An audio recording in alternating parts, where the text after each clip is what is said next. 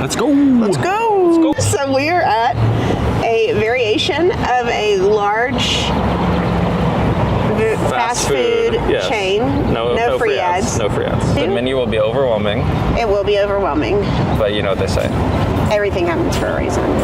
We're going to get the right drinks. The right drinks for us. Iced teas and lemonades. Well, I don't want tea. What is happening? It's a lot of things going on. What's a tropical spice-aid? Bright tart lemonade mixed with pineapple flavoring topped with dried dragon fruit? That sounds interesting. Okay, the berry hibiscus sour-aid. That looks good. Well, why don't we just get multiple? Do you know you're an adult? Did not consider that as an let's just get a lot of small ones. A lot of smalls. I'm feeling very skeptical about it all. Skeptical? But Everything if happens it's for created, a reason. that means that God created it for a purpose. All right. Here we go. Oh my gosh. Everything happens for a reason.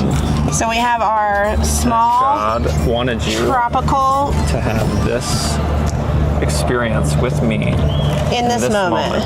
That's good. Ooh, that's sour. Woo. It's sweet. Just like you. It matches your shirt, matches your vibe. I feel like I am eating a snow cone instead of any sugary one. Yeah. Yeah. Okay, cheers. I just wish everything didn't have to have a reason. I just liked being here. Maybe that was the reason. Maybe. Maybe the reason is you need a little pick-me-up, a little time with your old friend Roy. Maybe time with my old friend Roy. Powder sugar in your hair now. Great.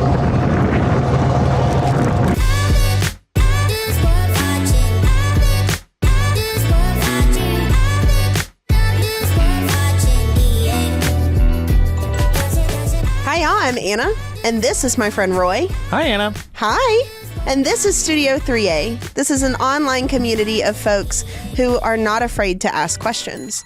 And if you're watching it, you're probably watching Roy and I talk, because we can talk. That's what we do. That's what we do. And while you're here, we want you to talk back. Talk with us. Talk at us. Leave a comment. Leave a comment. Please talk to us. Leave a question. If not, it's just the two of us.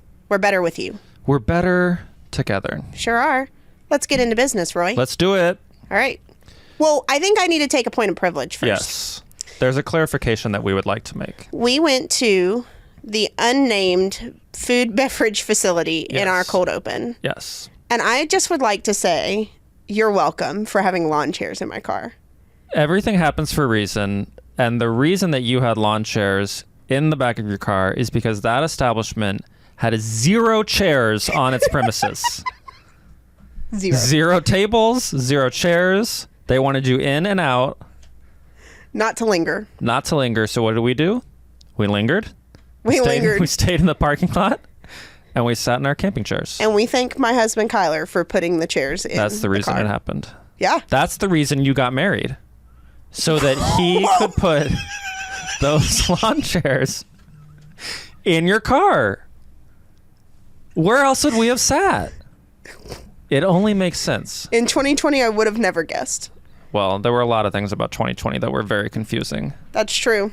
All right, let's get into this. Okay. So generally you say everything happens for a reason when something bad... You're still tearing up about marrying your husband.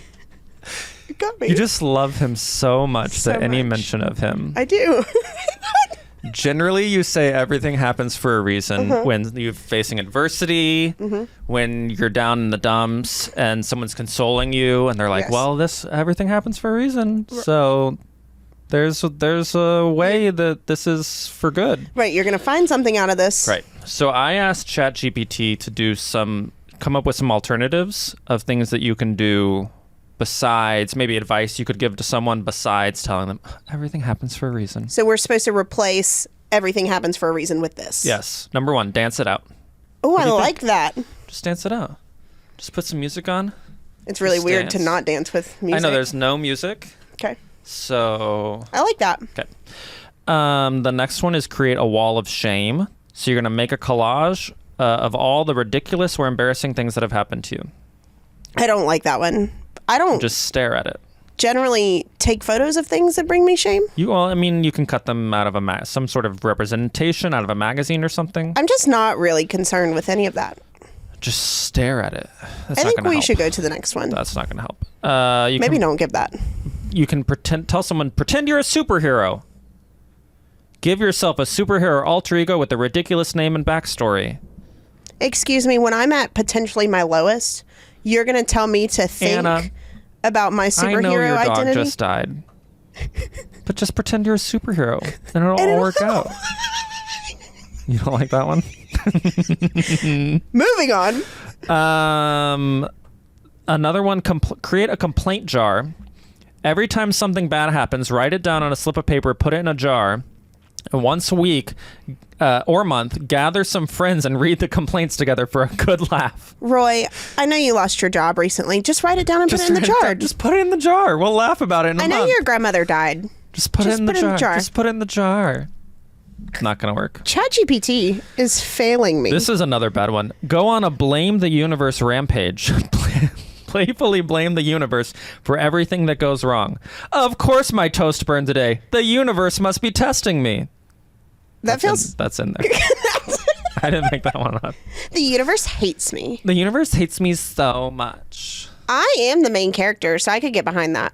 You're the main character in your own universe? You have main character syndrome? Yeah, obviously. Okay. I mean, it does explain a lot. All right, give me one more quick last one. Okay. Make a ridiculous affirmation list. Write down some over-the-top affirmations that are so absurd they make you chuckle. For example, I'm a magnificent unicorn of resilience, prancing through the fields of chaos. I think people have to... That would change the mood a little bit. I think it would lighten it up. I don't know that it would make me feel better. I don't know that I need that day up, like day one. Like if my dog dies, tell me that on week 7. I need you to know that. You are a ridiculous unicorn of perseverance. I'm uncomfy. Good. Okay. The Road Not Taken by Robert Frost. 2 roads diverged in a yellow wood, and sorry I could not travel both and be one traveler. Long I stood and looked down one as far as I could to where it bent in the undergrowth. Then took the other as just as fair, and having perhaps the better claim because it was grassy and wanted wear, though as for that the passing there had warned them really about the same. And both that morning equally lay in leaves no step had trodden black. Oh, I kept the first for another day. Yet knowing how way leads on to way, I doubt if I should ever come back. I shall be telling this with a sigh somewhere ages and ages hence. 2 roads diverged in a wood, and I took the one less traveled by. That has made all the difference.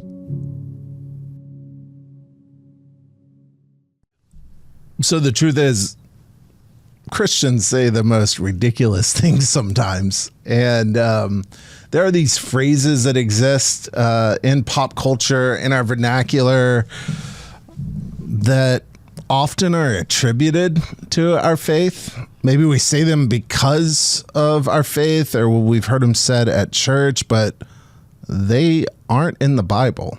And in fact, while they may provide some comfort or make sense in a moment, when we sort of dig down a little bit and begin to really examine them, they say some pretty wild things about us as humans, but they also say some pretty damning things about God.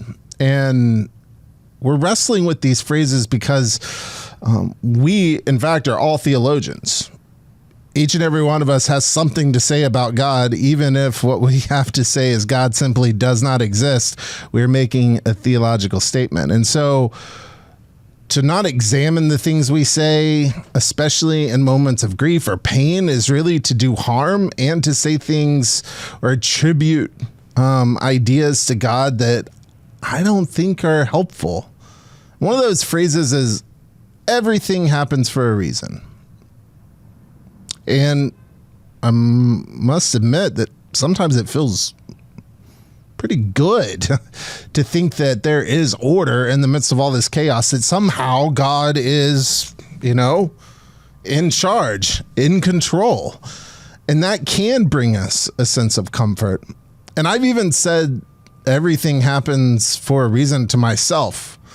Like several months ago, I was way overworked, and, instead of working less, I decided to work more and try to get ahead and prove myself or prove my value. And really that sort of work was out of my own anxiety and insecurity, but I was working too much, and I'd resigned myself to stop working at home at night. And the day that I decided to do that, I was at home, put the kids to bed, had dinner.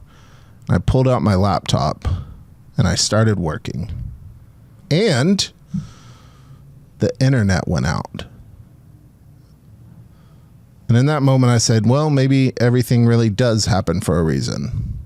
And in some ways, like the phrase connected me to this reality that I needed to stop working at home. I needed to be more present for my family. I needed to take a break. And there was something good about that saying. It helped me sort of find myself and remember the sort of promises I'd made to myself and to my partner. But what happens when the internet going out, like Spectrum's internet, just stopped working, right? That's one thing, but what happens when the situation gets a little more serious, like we get in a car accident or we lose a job or we get a cancer diagnosis? And then what happens when the seriousness turns into tragedy, right? Like death and rape and suicide and genocide and war. Do we really believe those things happen for a reason?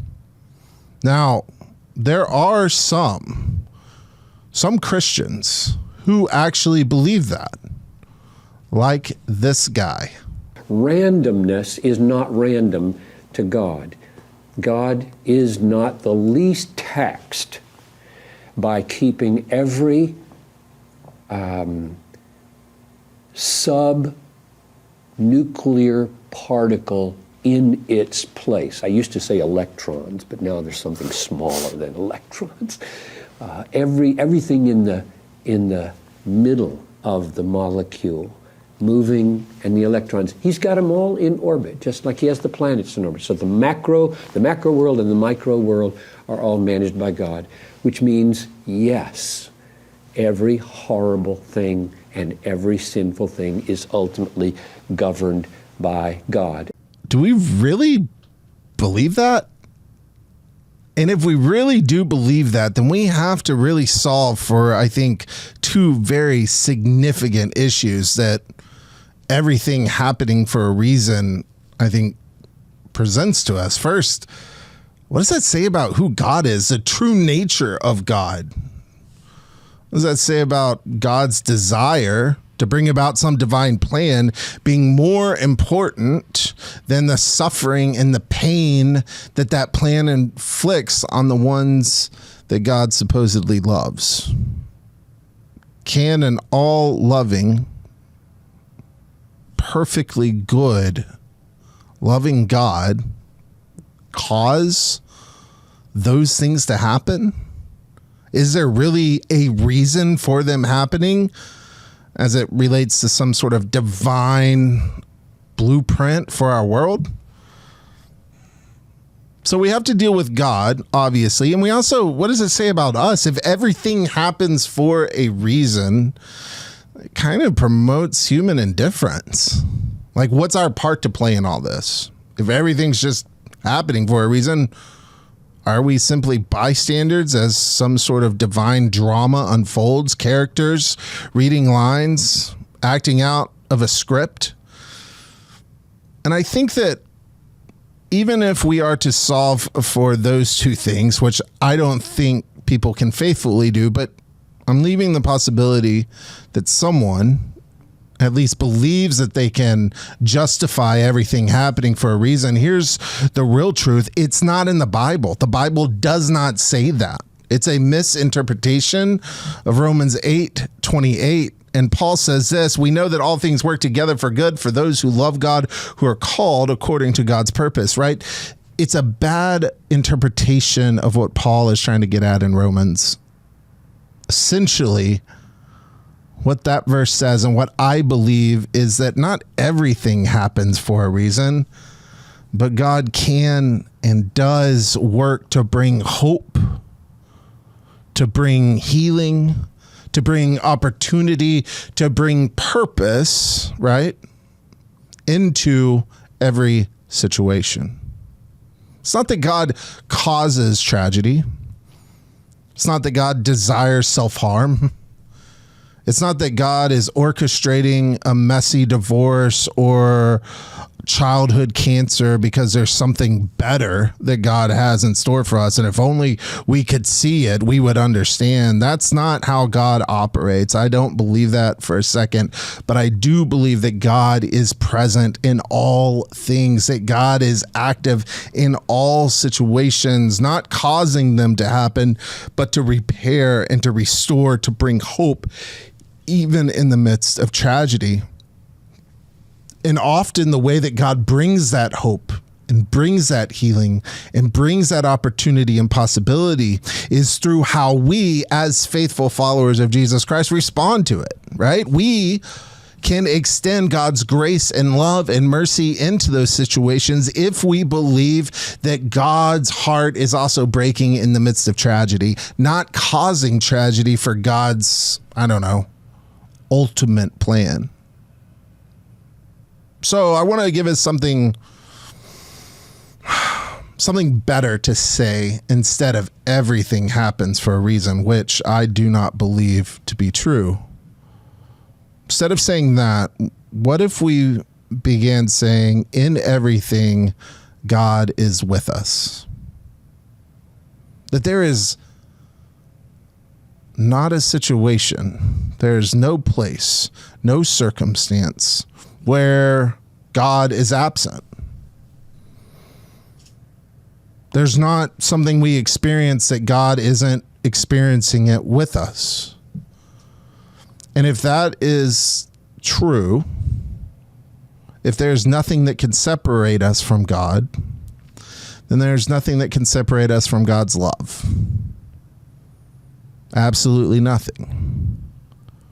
Now, I know it is tempting to believe that God is somehow in control of all of it, and everything is ordained or predestined, predetermined by God, right? That God has already written the script of our lives and we are simply acting it out. I know that it's tempting to believe that because the world feels very chaotic and we want order. We want things to be in their proper place, but to put the suffering that we experience and see in the world, to put the real pain, the violence, the injustice, to make that about God's will and not about our own human condition, is to strip the very essence, the very nature of God away from the one that we are called to follow.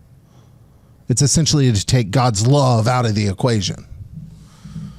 And if I know one thing for sure, I can't tell you why suffering exists. I can't tell you why we are still waiting for God's reign to be complete, for God to make all things right, for the world to just be perfect. I can't tell you why we are still struggling here, but I can tell you this, that God's love is available to us right here and now, and there's nothing we can do, we can say, nothing we can experience where we don't have access to God's love. So no, not everything happens for a reason, but in everything, God is with us, and I hope that we can do better when we're speaking about tragedy, and we can do better when we're thinking about God and God's hope and dreams and will for our life. You know, Roy, I'm so stuck on Mitchell saying, maybe instead of everything happens for a reason, what if we respond, well, in everything, God is with us? Why are you stuck on that? I just, you hear it all the time on Facebook, and I don't hear anything on Facebook. You can hear plenty on Facebook. I'm geriatric. Yeah. Or I hear like my loved ones say it or whatever, and it's just like, I hear you, but that's not helpful. Why isn't it helpful? Well, I just think it says a lot about who God is. Yeah. Yeah. Do you agree? Yes, it's like, I mean, if we're to not take it too serious, but like, I don't know. Your dog died. My dog died. That's pretty serious, though. It is serious. My dog died. Well, everything happens for a reason. There must be some bigger plan. It's like, so you think God just kills dogs for like to make you stronger? Yeah, it's like that's such a small, uncreative God of like, oh, well, you were supposed to meet this new dog, so I'm going to kill off your old one first, and then you can meet the new one. Right. But I think that like the only way we can think about things differently or like expand our brain is to talk about it like Mitchell did and like we're doing now. So I'm just curious, like if you're watching, what do you think? What did you think? What do you think now? What are you going to think in 5 years? I don't know. We want to hear it. We want to hear it comments. all. Yeah, please leave a comment. We'd love to respond. And let us know where you're at. Thanks for watching today. We're grateful for you.